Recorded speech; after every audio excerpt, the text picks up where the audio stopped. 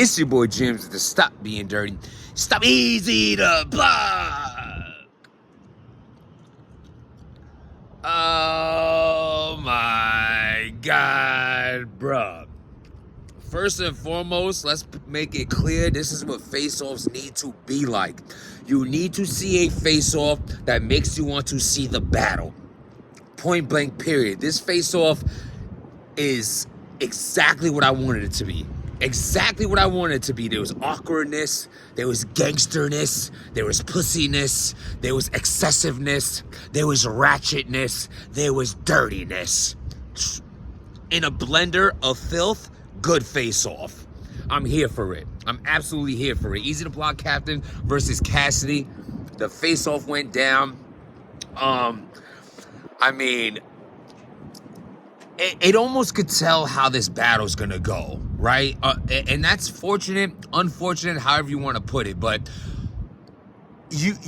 Cassidy is basically, you hearing Cassidy shit talk, what he's gonna put in a rhyming form. Now, don't get me wrong. That's why battlers are so talented. You could hear them speak about something in promo, and then it's like, even though the opponent makes a face like, oh, I knew that was coming, but it's still ill to put it in rapping form. That's what makes you talented. How can you tell me I'm not from Philly in a face-off and now say that in a rap in front of the Philly crowd that's going to make it land even though you already screamed it on me 37 and a half times in a face-off?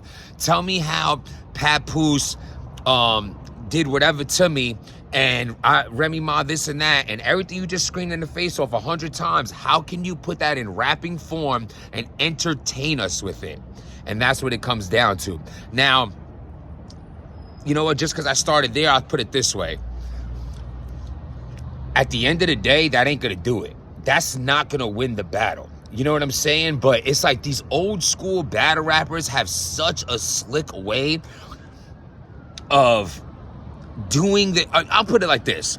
Reed Dollars, one of the biggest letdown legends ever. I'm going to be honest with you. Like, the disgustingness of how much he chokes doesn't come with he didn't even have a third at all versus Sharon, in the K-Shine event that's never coming out.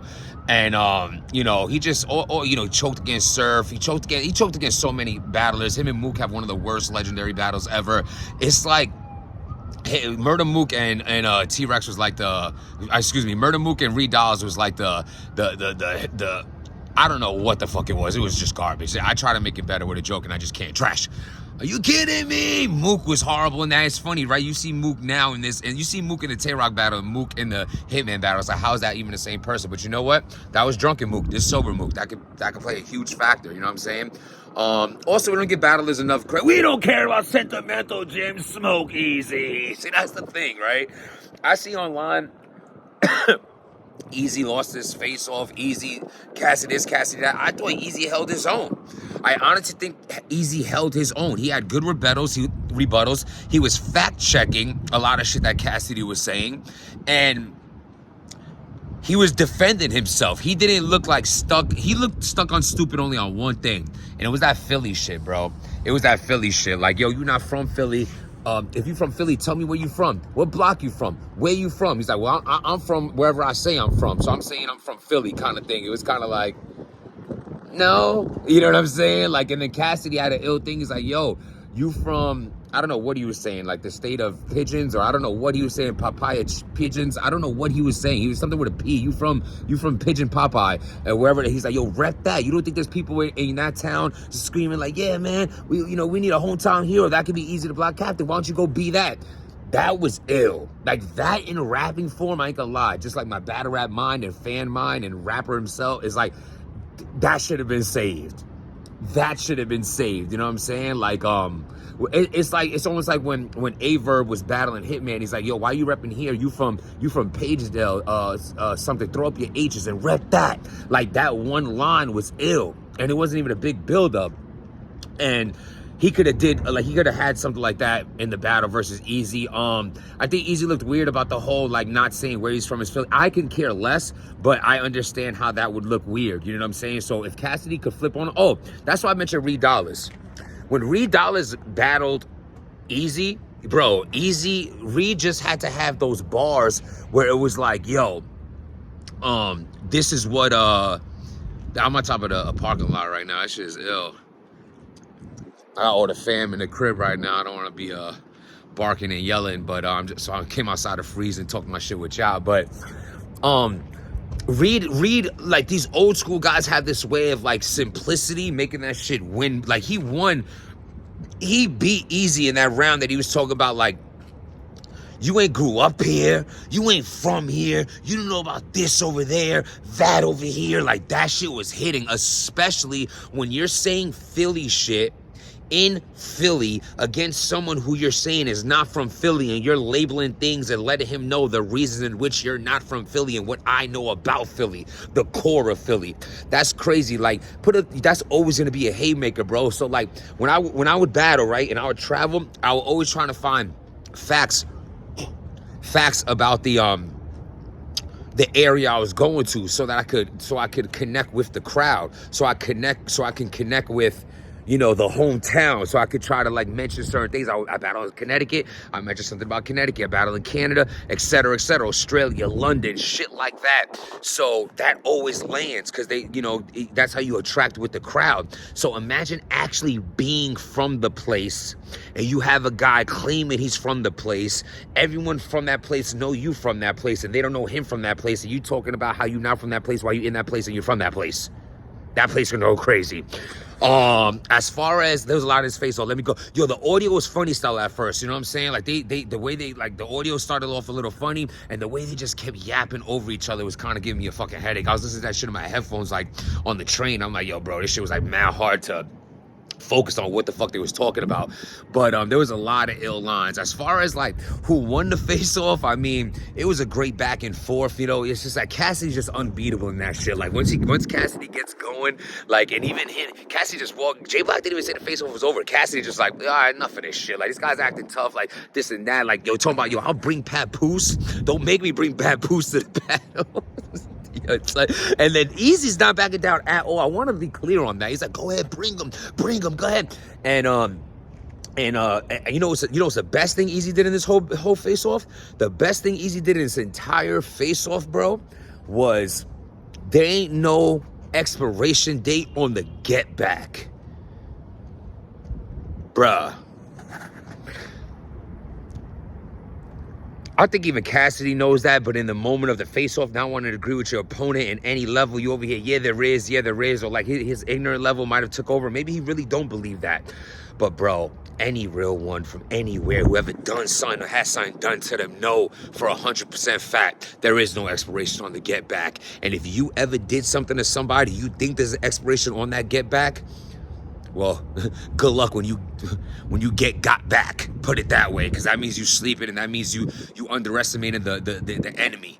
You know what I'm saying? Like, for real. Like, there's no time frame on that. You know what I'm saying? Motherfucker catch me today, and I might not see him for 10 years. The first time I ever see him, I don't know how I might feel that day. I ain't gonna lose sleep over it. I'm about protecting my peace, but I don't know how my peace gonna feel the next time I actually get you in front of me. From the last time I seen you, you did some fuck shit.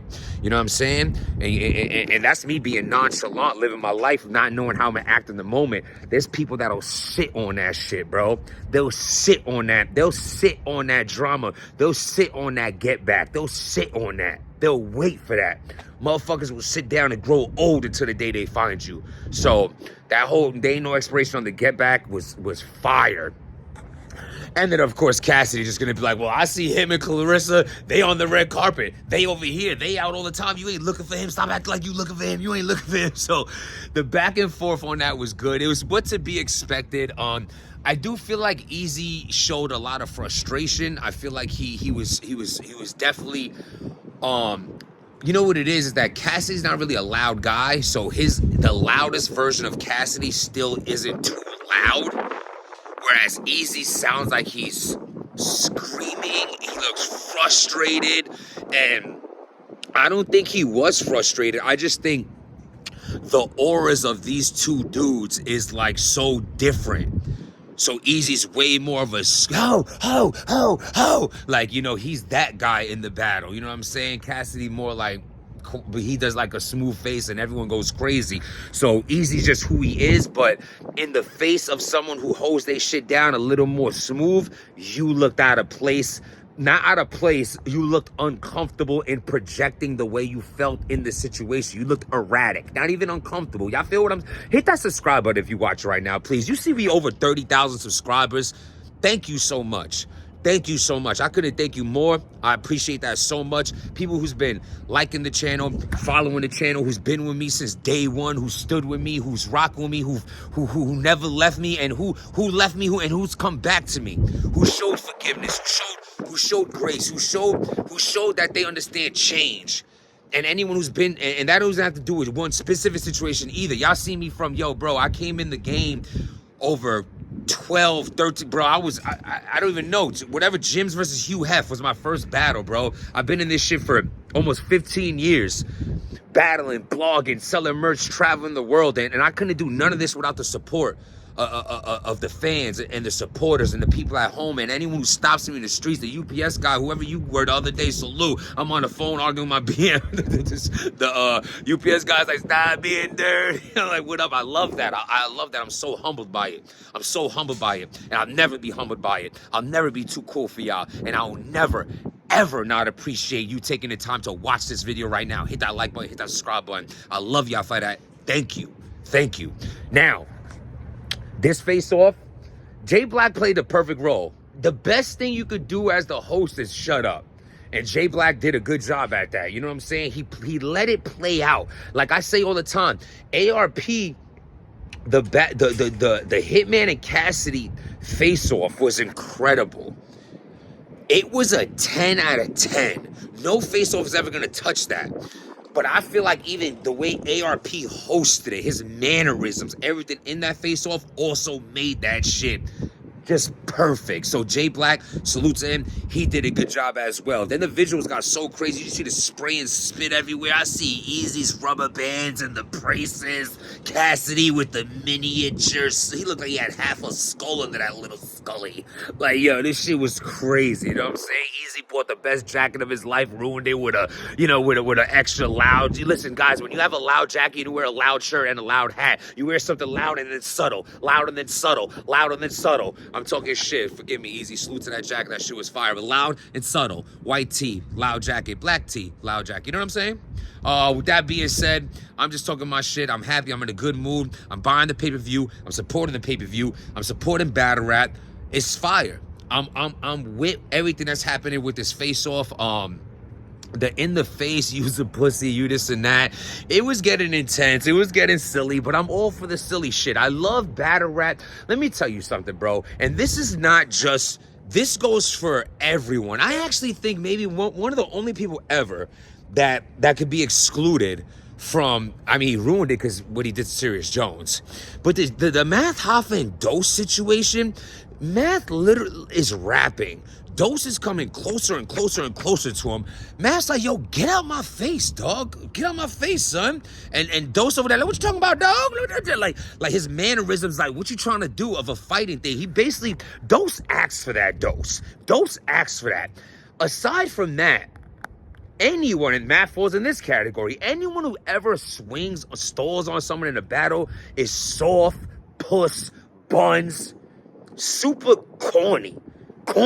It's less about the person you hitting, whether it's a Mike P. I mean, he got stalled on his first. God, salute to Mike P. for continuing his career. How your first battle ever, you just get decked. Like, that's so ridiculous. And then you got the gyms of the world. Bro, I mean, why go down the list? I'm glad my name is in it so you can understand I'm making a point that isn't just selectively being something about, bro. That fighting and battle shit is so fucking corny. Like, motherfuckers out here named Eazy the Block Captain, Cassidy, Jims, Math. We're really Jimmy, Justin, Rashad, and Jamal. You know what I'm saying? Like we're made up characters here getting paid thousands of dollars to put on a show, and you choose to be violent in it because your bitch ass can't take a fucking joke or an insult or whatever it is. It's a verbal warfare. You took physical in it. I say all that to say this. I love when I love the point of battle rap that, like, it gets so intense and so disrespectful and so in their face and nothing happens. That's how it's supposed to be. You know what I'm saying? Not like, I'm not talking about almost fighting like how Tay-Rock does it corny in the middle of the battle. That's so fucking corny. I'm talking about promotion, talking shit. Talk all the shit you want to talk, but it's okay that it doesn't pop off because it's verbal warfare. You're just grabbing us in. I think they did that perfectly is the whole point of that drawn out explanation. Is that they got in each other's face, you pussy, I'll fuck you up, this and this, but nothing happened. It's not supposed to. It's supposed to get you, you know what I'm saying, hype and ready for the battle. So we ran in 15 minutes right here. My fingers are dead frozen out here. Maybe I could talk about it again tomorrow. I'm excited for the battle. Y'all excited for the battle? Who you think won the face-off? What was your favorite part of the face-off? Write in the comments, hit that like button, hit the subscribe button. Remind you, it ain't just this year, it's next year and all years. We setting boundaries in our life that we don't budge or break for nobody. We protect our peace around here. If it ain't bringing you peace, then peace. Stop being dirty. Wait.